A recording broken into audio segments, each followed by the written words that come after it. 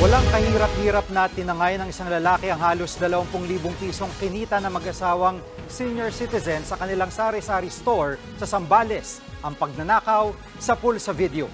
Nasa frontline ng balitang yan si Brian Castillo.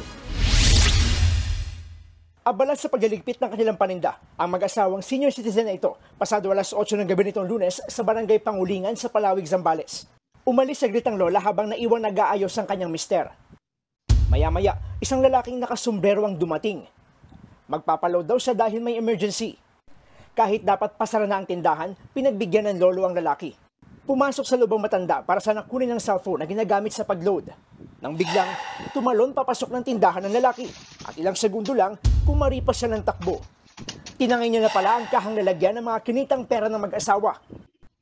Nalaman na ng lolo na ninakawan na sila nang may dumating na 2 pang customer. Nakita raw nilang umalis ang sospek sakay ng motorsiklo. Kuwento ng anak ng mag-asawa, halos 20,000 daw ang nanakaw na laman ng kaha. Matapos i-upload ng pamilya ang CCTV footage sa social media, nalaman na ang pagkakakilanlan ng sospek. Sa ngayon, tinutugis na siya. Desididong magsampa ng kaso ang pamilya ng mga biktima. Nagbabalita mula sa frontline. Brian Castillo, News 5. Mga kapatid, Jiggy Manikad po, iba na ang may alam at may pakialam sa panahon ngayon.